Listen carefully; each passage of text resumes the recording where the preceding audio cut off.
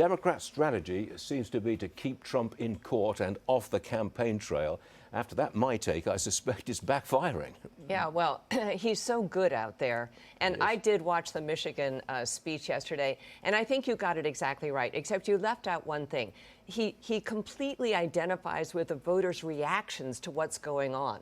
I love the fact that he's incredulous all the time. He thinks everything's crazy. Stuart, when was the last time you had a conversation with anyone where we didn't all end up saying, oh, it's just so crazy? I mean, everything is upside down in progressive world, in Biden world. You know, increased penalties on crime. Carl Heastie in New York State says, oh, that doesn't matter. That's not going to curb anything. Open borders, no, that doesn't matter. I mean, what is up with these people? We can't believe it's happening, and that is Trump's reaction, and I love it. Trump gets on it every single time. He really does. It's just fantastic, and he does hit these sore points. Boy, the border is a sore point, and that is not going away. Right. You've got a new op-ed title, President Biden Doesn't Care If His Policies Hurt the Average Joes, end quote. What do you mean he doesn't care? Well, look, his policies are absolutely hurting the average American, particularly the lower skilled, low income American. We see that evidence of that all over the place. And I think it's interesting that it's really not being reported. Just as a sort of data point, one of Wall Street's greatest firms, Evercore ISI, which does a lot of surveys, a lot of investigative research, just put out a survey.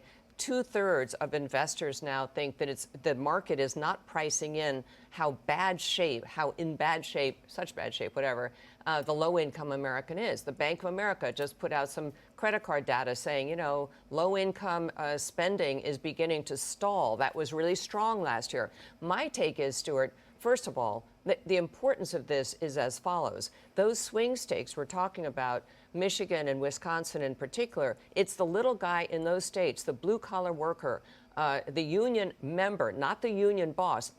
They are going to determine the election outcome.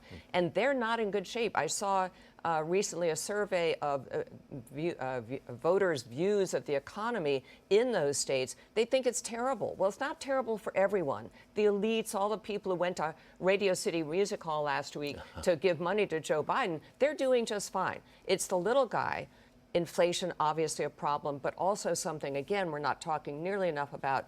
3, 4, 5 million people in this country getting jobs, driving down low-end wages. And you saw it in February. The numbers bear this out. Remember under Trump, the wage gap was beginning to narrow. It was. It's now beginning to widen again because all those people are putting downward pressure on wages. Americans aren't stupid. They're going to figure out that these policies have hurt them very badly. They know it. Yeah, Liz, thank you very much indeed. Good stuff. Thank you.